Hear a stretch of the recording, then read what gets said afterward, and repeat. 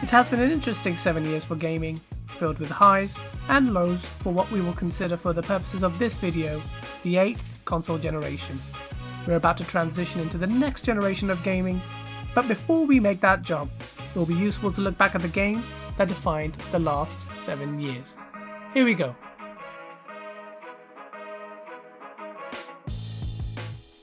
This generation started off with a bit of a whimper, as gamers were immediately reminded that great visuals are only part of the puzzle when considering what constitutes a good game. Killzone Shadowfall and Rise Son of Rome wowed gamers with their impeccable graphics, but instead games like Killer Instinct and Resogun proved that good gameplay reigned supreme over graphics. Console launch games very rarely tend to leave a lasting impression, and sadly, this was the case here. But the following year, things started to improve. Infamous Second Son and Sunset Overdrive made their appearances, balancing good visuals and good gameplay. Destiny made its debut and would go on to become one of the biggest titles of this generation.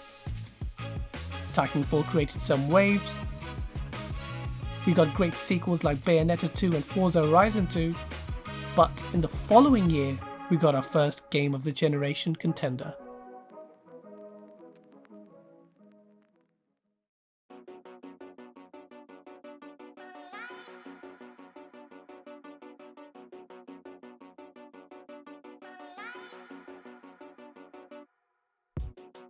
The Witcher 3 Wild Hunt graced us, and is regarded by many gamers today as their game of the generation. Sporting masses of content, a huge game world coupled with a unique, engaging and deep story, if CD Projekt Red weren't on the radar of some gamers before, they would be now. 2015 also saw the release of another big title that would finally see the PlayStation 4 have its first must-have exclusive, Bloodborne. With the DNA of Demon's Souls within it, Bloodborne would deliver its own unique experience, laden with its amazing Lovecraftian art style that sucked you into its grimy world, coupled with its now trademark ruthless and unforgiving gameplay. And then we got Metal Gear Solid 5: The Phantom Pain, which wowed critics in what would be Hideo Kojima's final swan song before departing Konami. Other excellent titles graced us, such as Splatoon, Rocket League, Batman Arkham Knight, The Beautiful Ori and the Blind Forest, Rainbow Six Siege, Fallout 4, Dying Light, and more.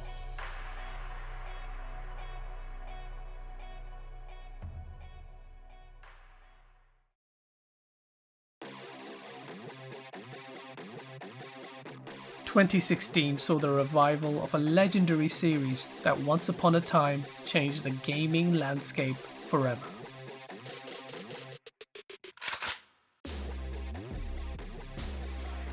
Brought into the modern world, but still retaining the spirit of the original game, Doom was a hit with fans, with its gruesome action, fast-paced gunplay, and a legion of hellspawn for players to unashamedly shred down to bits. Doom was finally back, and in style. 2016 was the year of multiplayer that saw the introduction of a new legendary title, Overwatch. A team-based multiplayer shooter featuring heroes who all had their own unique playstyles. Blizzard had crafted an absolutely incredible gaming experience that swept the gaming world by storm. A moment of silence for Battleborn though. Titanfall 2 represents one of the most criminally overlooked titles of this generation, because for some reason EA left the title to die with its mind-boggling decision to release it in between already long-established IPs such as Battlefield 1 and Call of Duty Infinite Warfare. This is a crying shame. Titanfall 2 rectified all the criticisms levied at the first game with an incredible single-player campaign and even more refined multiplayer experience. Naughty Dog delivered another amazing entry with Uncharted 4 that saw Nathan Drake's story come to an end in great fashion, sporting best-in-class visuals, incredible set pieces, great gameplay, and an enthralling story. Other notable titles were Dark Souls 3, Gears of War 4, The Division, and the incredible indie title Inside. No Man's Sky was dragged through the coals for not delivering on its lofty goals and misleading gamers with some of its features. Quantum Break marked the nail in the coffin in Xbox's desperate attempt to try and get players to understand its TV/gaming hybrid aspirations. Graphically impressive, but lacking substance, this fell short of Remedy's lofty standards. A special mention has to go to Pokemon Go, simply because it completely took over the world for a brief period of time, bringing gaming to the masses in a way we've never seen before. Truly a watershed moment in gaming and a testament to the power of it, even if the phenomenon was short-lived.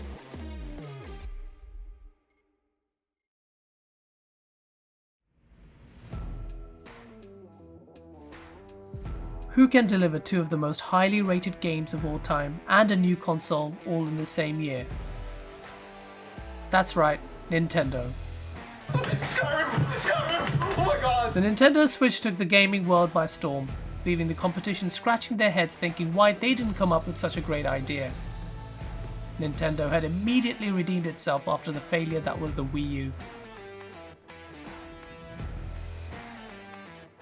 The Legend of Zelda Breath of the Wild, and later that year Super Mario Odyssey, schooled the world in game design by becoming two of the most highly rated video games in history.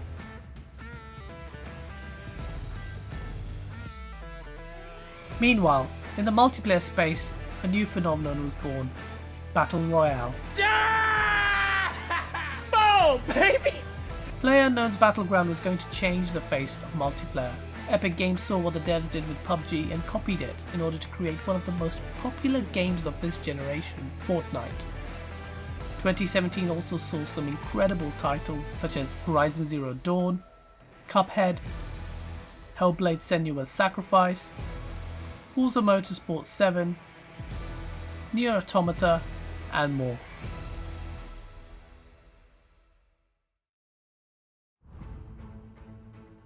2018 was the year of third-person titles, and two behemoths are the most worthy of mention.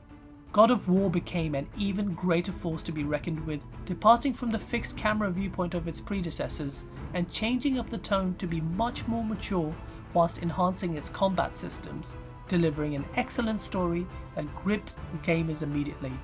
God of War is truly one of the highlights of the generation, leaving gamers salivating at the prospect of playing the sequel.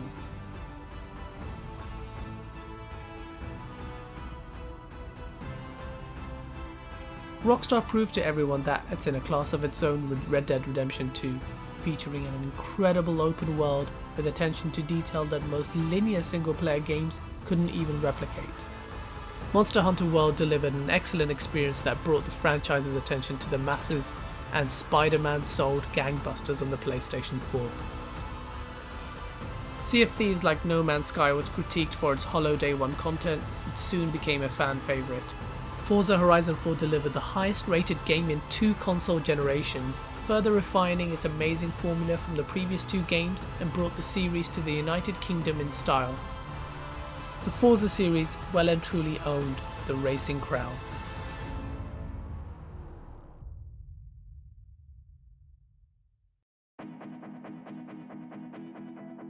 2019 was a mixed year for gamers.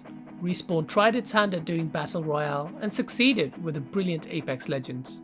Remedy redeemed itself with Control. Sekiro Shadows Die Twice delivered an excellent game in the now popular Soulsborne subgenre, and Star Wars Jedi Fallen Order was met with positive critical acclaim.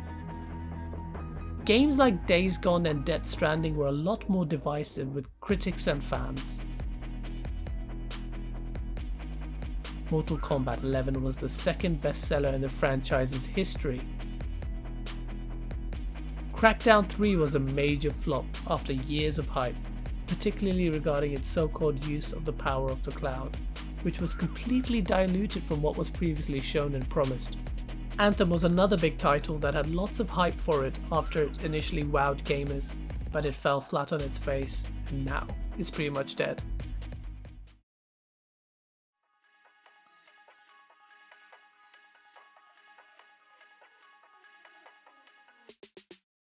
2020 has been a strange year with unprecedented modern day challenges, but that certainly hasn't stopped us gamers. If anything, gamers have clocked more hours than ever before, and we have seen some amazing titles that have helped us pass the time during lockdown. id Software further refined Doom, making Doom Eternal even better than its predecessor. Ori and the Will of the Wisps was a work of art, and like Doom Eternal made substantial improvements over the last game, delivering much tighter and engaging gameplay mechanics, a great story, and incredible visuals. The Last of Us Part 2, whilst disappointing many with its story, still delivered one of the best-in-class gaming experiences that Naughty Dog are known for. Animal Crossing engrossed players as it served as much-needed distraction from the harsh realities surrounding us. PlayStation proved why it sits at the top of the throne by delivering not just one, but two great first-party exclusives, the Final Fantasy VII Remake and Ghosts of Tsushima.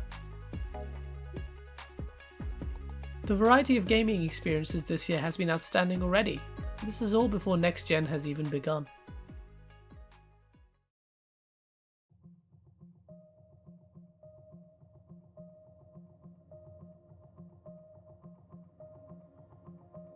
The 8th console generation started off slow, but in its third year, the momentum well and truly picked up. This generation saw the birth of new amazing IPs, refinement of old ones, and creation of new subgenres. Perhaps a lesson should be learned from this as we head into the next gen, particularly when the lines between generations are more blurred than ever before. However, I maintain that the next generation will be one of the best, if not the best generations to date. Now that Xbox is finally fully awake, the competition is at its peak and the gaming industry has never been healthier. Next-gen consoles are truly delivering a proper step up in hardware this time around, and what you can expect from this is even more immersive game worlds, more variety in games, more power at the hands of developers to deliver even more generation-defining games. As we say goodbye to the last 7 years, let's brace ourselves for even more incredible years of gaming in the future.